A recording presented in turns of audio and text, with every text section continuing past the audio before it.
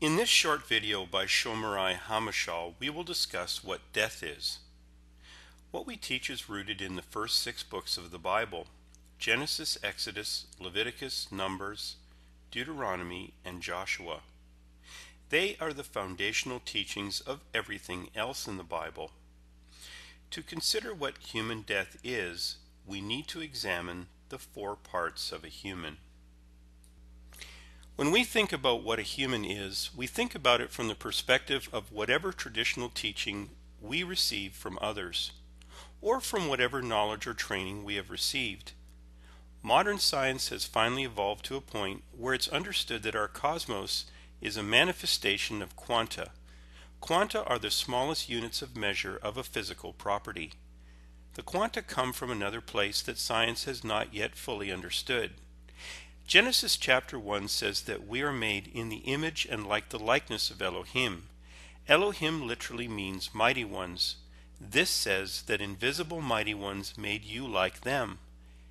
At its most fundamental interpretation, it's a restatement that quanta are the substance of the cosmos and a human is part of the cosmos. A human is composed of 4 parts. The first part is described in Genesis as neshama. It's invisible and has qualities like the wind in the sky. It's a derivative of Hebrew ruach, what we frequently translate into English as spirit. The second part of a human is nephesh. This is usually translated into English as soul. It's like a liquid.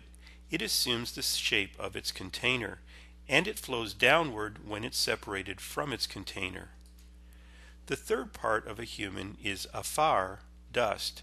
It's supplied by the earth as fine dust particles. The fourth part of a human is arom. It's nakedness.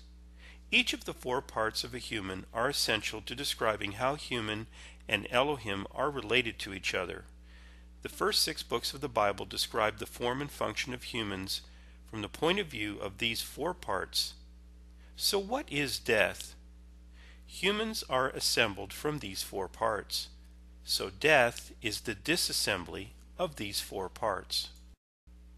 A lot of confusion about what a human is comes from its complex functions while it's alive. For example, a baby gets fluids from the mother while it's in its mother's womb. Light is added through the eyes, oxygen is extracted from the air, and so on. The description in Genesis describes the most fundamental aspects of what humans are. The Pentateuch describes the destiny of the nephesh, the soul, as the most important thing. The soul is what you are and is unique to every human. A person's identity is a soul. Death is described as the death of the Hebrew basar, flesh or body. When this happens, the 4 parts of the human are separated. Your destiny is for them to be recombined. The parts of a human are remade into parts that cannot be separated or destroyed. The tabernacle that Yahweh instructed Moses to have the sons of Israel make at the base of Mount Sinai is a model of Elohim in the cosmos.